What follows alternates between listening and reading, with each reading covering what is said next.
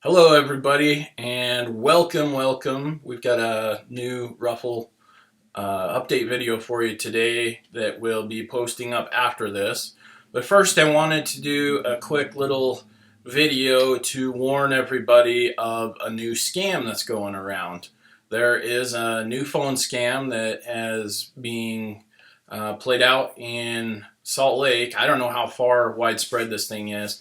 Basically, in a nutshell, it's a variation or twist on the old phone scams that have been around for a long time. So, anyway, what you want to be careful of is giving out any information over the phone to anybody you don't know.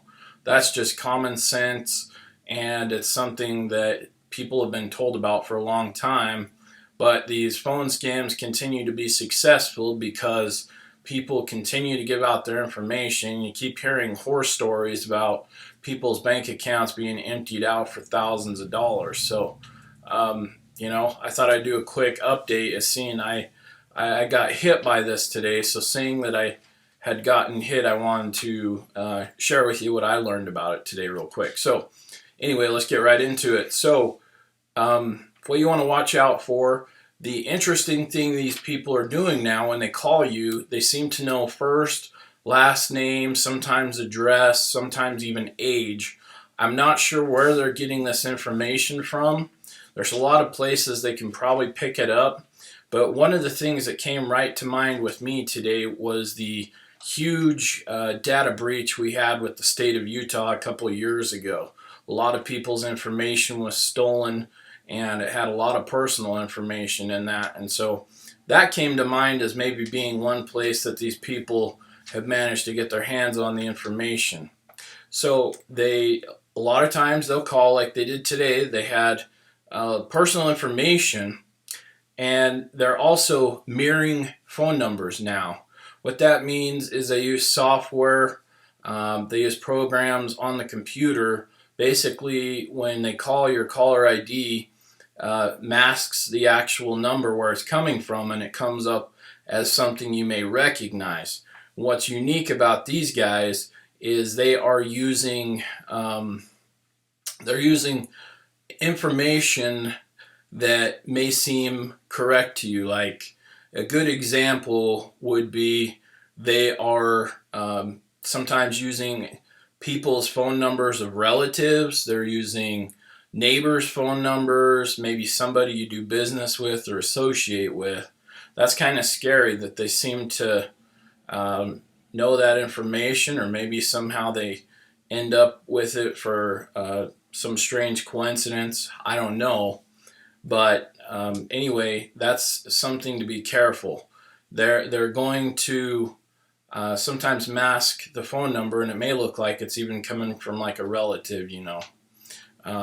So anyway, I did talk with Consumer Protection Division today, and an investigator down there. We talked at length about this, and those are the main things they're doing. They're hitting hard right now across the Salt Lake Valley. He had 3 complaints just today on this same scam. So it is going around right now. People are unfortunately probably going to become victims because some people give out too much information. Some people do, frankly, fall for these. That's why they continue to do it. So just be careful. Don't give out any information over the phone. Even if you get into a comfort zone and you think you recognize the phone number, or you may have done business with somebody and that phone number pops up, do not give out information over the phone unless you're sure, absolutely sure, of who you're talking to. Now, this guy that called me today, this was his spill. He called and he gave the information and impression that he was somehow a police detective or an investigator. He had some stupid ass title that made him sound like he was some type of professional investigator. Now, what he said to me was that my father had a warrant out for his arrest for failing to show up on a civil hearing, court hearing, so to speak. And right off the bat, I knew that this was BS because some family circumstances I won't get into.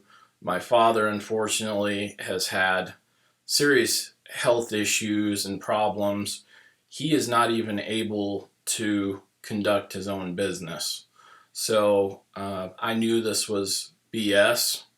And I said to him, you know, anything that is civil in regards to courts has a statute of limitations, which is typically 7 years.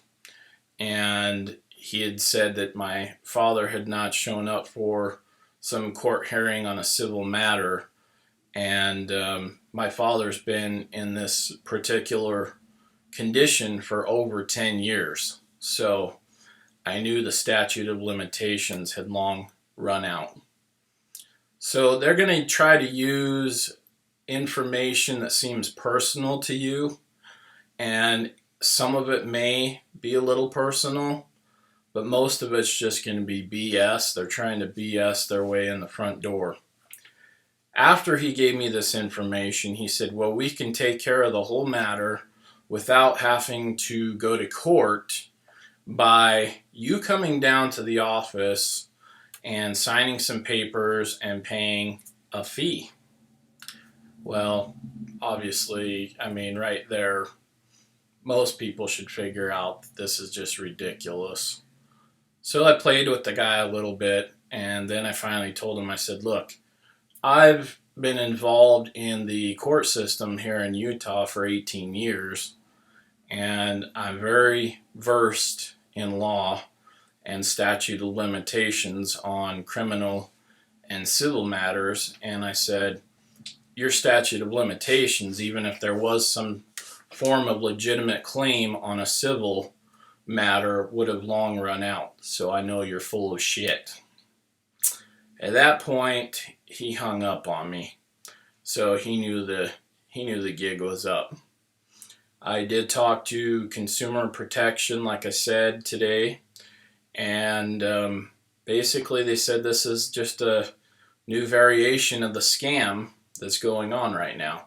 So do not share your personal information with these people on the phone. Even if you don't fall for it now, they may call you later and try to use the scam, but with this additional information that you've shared with them. So don't give out personal information. It kind of speaks to itself, and you should be safe. But yeah, this is a new scam going around. FCC is working on some new rules, but unfortunately they probably won't take effect for a couple of years surrounding the telecom companies being able to screen out or block these calls. So until those take effect, we have to take care of ourselves. You got to be mindful. You have to, protect yourself. So that's probably all I need to say on that. Just watch yourself. Don't give out information, and you should be good. And when you get these calls, hang up on them, but don't be surprised if they call back again and it's a different phone number. They do have software to change the phone number that appears on your caller ID very quickly. So, and most of these operations will set up and be gone within a few days, so they can't be tracked. So anyway, stay safe, don't give out information, and that's it. I just wanted to give everybody a warning. Bye-bye.